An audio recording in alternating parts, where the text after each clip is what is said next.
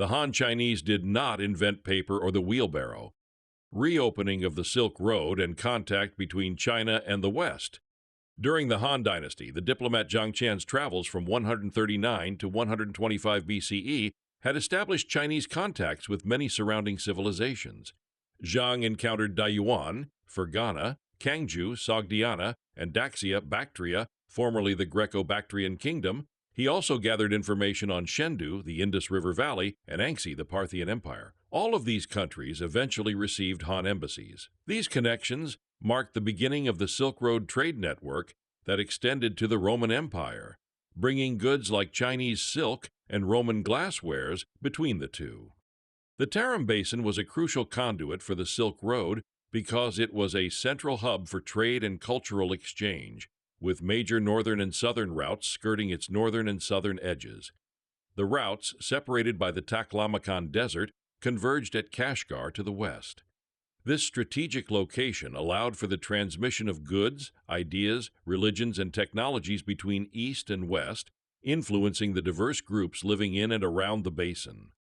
Zhang Qian's travels had brought him to Kucha, the largest of the oasis cities in the Tarim Basin, the main conduit of the Silk Road. The Tocharians, a white Indo-European people, had lived in these western lands. The city of Kucha was ruled by royal families, sometimes autonomously, and sometimes as vassals of outside powers. The Chinese named these Kuchian kings by adding the prefix Bai, meaning white, referring to the fair complexion of the Kuchian white kings. The government included some 30 named posts below the king, with all but the highest-ranking titles occurring in pairs of left and right. Other states had similar structures, though on a smaller scale. The Book of Jin says of the city, "They have a walled city and suburbs. The walls are threefold. Within are Buddhist temples and stupas numbering 1,000. The people are engaged in agriculture and husbandry. The men and women cut their hair and wear it at the neck. The prince's palace is grand and imposing, glittering like an abode of the gods." Book of Jin, Chapter 9-7. The Tarim Basin served as a major point for cultural interaction and a source of artistic and technological exchange. This had resulted in the spread of Buddhism and Western innovations eastward to China. The Silk Road origin of paper. The word paper is etymologically derived from papyrus, ancient Greek for the cypress papyrus plant. Papyrus is a thick, paper-like material produced from the pith of the cypress papyrus plant, which was used in ancient Egypt and other Mediterranean societies for writing long before paper was used in China. Paper was preceded by and coexisted with other early writing materials such as papyrus, parchment, vellum, bark cloth, birch bark, palm leaves, and bamboo and wooden slips. Papyrus, superficially similar to paper, has several downsides that eventually caused it to be replaced by paper. It was geographically limited to a plant primarily grown in Egypt. It was both more expensive and laborious to produce compared to paper, and it was more fragile and sensitive to moisture, making it prone to break apart in damp conditions. During the Shang and Zhou dynasties of ancient China, documents were ordinarily written on bone or bamboo, on tablets or on bamboo strips sewn and rolled together into scrolls, making them very heavy, awkward to use, and hard to transport. The light material of silk was sometimes used as a recording medium, but was normally too expensive to consider. The earliest paper found near the Silk Road comes from sites like Fangmatan in China's Gansu province, dating to around 179 to 141 BCE. Other fragments from Dunhuang and Yumen Pass have been dated to 65 BCE and 8 BCE, respectively. These archaeological finds indicate that paper existed centuries before it was officially reported in 105 CE by Cai Lun. The earliest known paper fragment was found in Fangmatan and is thought to have been part of a map. Fragments of paper dating to 65 BCE have been found in Dunhuang, a key Silk Road oasis city. Paper from around 8 BCE has been unearthed at the Yumen Pass, an important historical gateway to the western regions. These discoveries, which benefited from the dry climate of the region, show paper was in use along the Silk Road long before the traditional date of its invention was officially recorded in 105 CE. It's not a coincidence that the earliest paper fragments discovered so far were all located next to the western Silk Road or the Tarim Basin. It's because this is where paper was originally invented and then spread to the Chinese in Gansu. Since the Tocharians were known for being skilled traders and were located along the Silk Road, exactly where the earliest paper fragments in China were located next to, this makes them a prime candidate for being the original inventors of paper. Paper became a crucial innovation for spreading Buddhist teachings to foreign lands. After its origin in the Tarim Basin, the production and use of paper spread steadily. So far, there's clear evidence that paper was used at Dunhuang by 150 CE, in Lulan in the modern-day province of Xinjiang by 200, and in Turpan by 399. However, it can be reasonably inferred to have been present earlier based on the paper fragments found in neighboring Gansu, right next to the Silk Road, the Yumen Pass, etc. Paper played a pivotal role in early Tocharian written culture. Indeed, the introduction of paper from the Tarim Basin to China, the Middle East, and Europe had immense consequences for the book world. It meant books would no longer have to be circulated in small sections or bundles, but in their entirety. Books could now be carried by hand rather than transported by cart. As a result, individual collections of literary works increased in the following centuries. Tocharian paper manuscripts were preserved by the extremely dry climate of the Tarim Basin and Taklamakan Desert in what is now Xinjiang, northwest China. They were discovered in ruined Buddhist monasteries and oasis cities along the northern branch of the ancient Silk Road during archaeological expeditions in the late 19th and early 20th centuries. The arid conditions of the desert environment prevented the organic materials from decaying, allowing them to survive for over 1,000 years, primarily dating from the 5th to the 8th century CE. The content is mostly of a religious nature, reflecting a sophisticated Buddhist monastic culture and written in their Indo-European Tocharian language.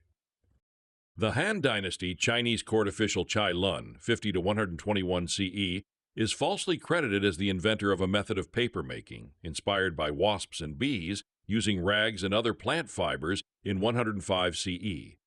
However, the discovery of specimens bearing written Chinese characters in 2006 at Fangmatan in northern China's Gansu province, very close to the Tarim Basin and the Silk Road, suggests that paper was in use by the ancient Chinese military more than 100 years before Cai, in 8 BCE, and also much earlier, as the map fragment found at the Fangmatan tomb site dates from the early 2nd century BCE. It would therefore appear that Cai Lun did not invent papermaking, as claimed in Cai Lun's biography in the 24 Histories. Cai Lun had simply copied the paper-making techniques of Silk Road traders and inhabitants of Gansu, possibly changed the recipe slightly, and then submitted the process to the emperor. Cai Lun was therefore a fraud and should not be credited with the invention of paper. While Cai Lun is traditionally credited with inventing paper, earlier forms of it existed before him. His contribution was standardizing the paper-making process around 105 CE, which made paper a more practical and affordable writing material that could be mass-produced. Archaeological evidence shows that paper was in use in China at least 150 to 200 years before Cai Lun, likely made from hemp fibers. He standardized the process by using a wider range of affordable and readily available materials like mulberry bark, hemp, rags, and fishnets to create a consistent and cheaper product than previous methods which could be mass-produced. The Tocharians' invention of paper led to the rapid spread of knowledge by enabling mass production and distribution of written materials, which spurred cultural, scientific, and intellectual advancements worldwide. Key implications include the acceleration of literacy, the democratization of information, and the development of new industries like printing, paper money, and sanitation. The material's versatility also made it essential for art, administration, and packaging. Cai Lun did not invent paper. The earliest paper fragments, located right next to the Silk Road trading paths of the Tarim Basin, clearly indicate that paper was initially spread from these regions. Today, the mixed-race Uyghurs still continue the paper-making customs of their white Tocharian ancestors. The process of making paper from the bark of mulberry trees is both complex and fascinating. Generations of Uyghur families in and around the Khotan area have passed down the tradition that makes use of the region's plentiful mulberry trees as well as the dry heat. About 45 minutes outside of Hotan, in the small village of Pachakachi, Abdulkadir lives and works in his traditional Uyghur home marked by a small sign that's surprisingly easy to miss. He explained to me that papermaking has been a part of his family for generations, and from a very early age, his father taught him everything he needed to know to carry on the tradition. There's an 8-step process to make paper from the mulberry trees of southern Xinjiang. The first step, after gathering a load of mulberry branches, is to peel the bark, which you can see his wife and daughter doing here. The bark is then dried in the hot desert sun for 24 hours before it's boiled in a pot over an open fire. Step 4 is to pound the resulting mixture with a wooden mallet, a project which Abdulkadir's son is more than happy to help with.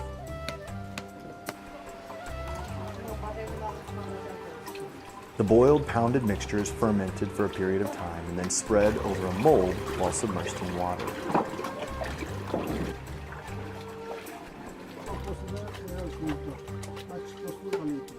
Abdulkadir picks out any remaining clumps and then he sets the mold out to dry.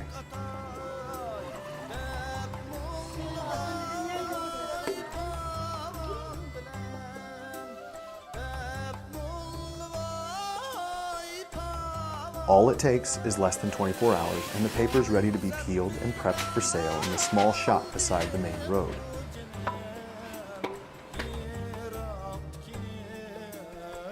Stacks of mulberry paper and small pads fill these shelves for customers to peruse and purchase. The ancient Greek invention of the wheelbarrow. M.J.T. Lewis surmised that the wheelbarrow had existed in ancient Greece in the form of a one-wheel cart. Two building material inventories for 408-407 and 4746 BCE from the Temple of Eleusis list, among other machines and tools, one body for a one-wheeler, Hyperteria monocyclu. Since dicyclos and tetracyclos mean nothing but two-wheeler and four-wheeler, and since the monocyclos body is sandwiched in the Eleusis inventory between a four-wheeler body and its four wheels, to take it as anything but a one-wheeler strains credulity far beyond breaking point. It can only be a wheelbarrow, necessarily guided and balanced by a man. What does now emerge as certainty is that the wheelbarrow did not, as is universally claimed, make its European debut in the Middle Ages. It was there some 16 centuries before. This clearly indicates that the claim that the wheelbarrow was invented in China around 100 CE and then spread to the rest of the world is patently false.